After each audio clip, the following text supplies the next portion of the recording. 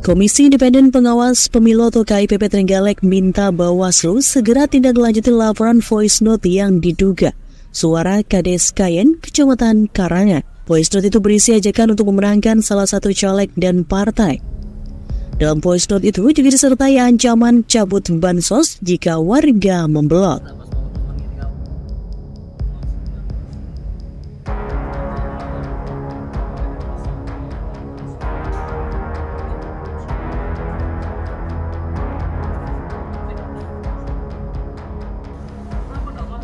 Menurut keterangan Ketua KIPP Kabupaten Trenggalek Agus Trianta, voice note yang beredar itu memang perlu dikaji lebih lanjut. Pertama, apakah voice note itu benar-benar suara dari Kades Kayen? Atau yang kedua, jika voice note itu benar-benar suara Kades Kayen, maka Bawaslu wajib menindaklanjutinya sesuai ketentuan yang berlaku.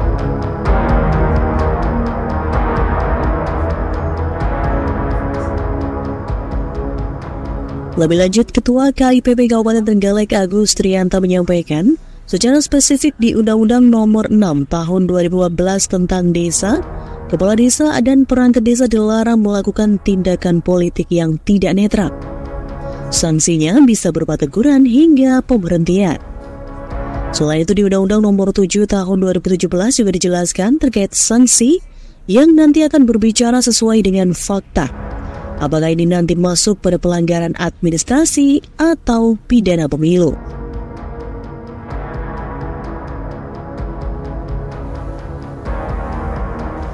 Ini memang perlu dikaji lebih lanjut. Yang pertama itu voice note itu invoice itu apakah itu benar suara dari yang bersangkutan yang dimaksud, dalam arti dia itu sebagai kepala desa, yang harus dipastikan dulu. Maka asas praduga tak bersalah ini harus kita kedepankan.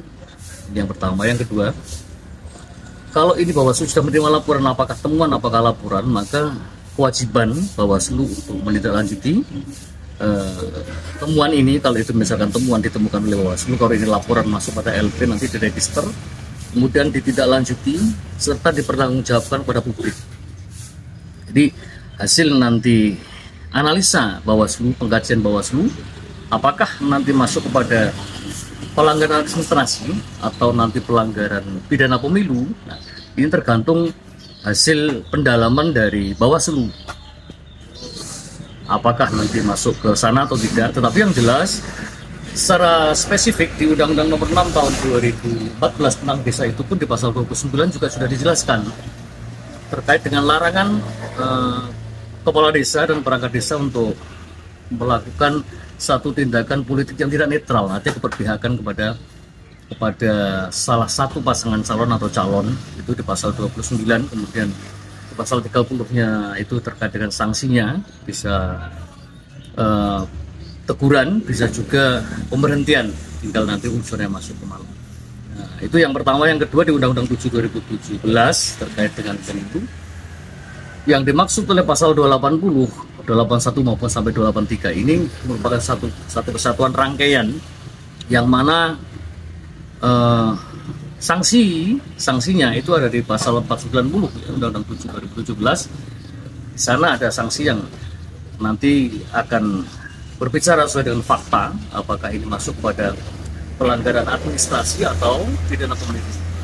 Tergantung bagaimana Kak Kumdu. Kalau ini masuk nanti pelanggaran pidana pemilu, maka harus disikapi bersama tim Kak Kumdu, dan hasilnya harus disampaikan kepada masyarakat luas. Apa hasil ini? Jadi tidak boleh nanti kemudian dibiarkan mengambang. Jadi harus ada keputusan nanti, karena ini sangat-sangat penting menurut saya, karena pejabat negara ya. Pada desa itu, apa yang dilakukan kalau benar ini adalah ucapan seorang kepala desa, akan membawa dampak terhadap kondusivitas perpolitikan di Trenggalek ini pada posisi. Bisa dampak itu berupa reaksi, bisa juga berupa aksi.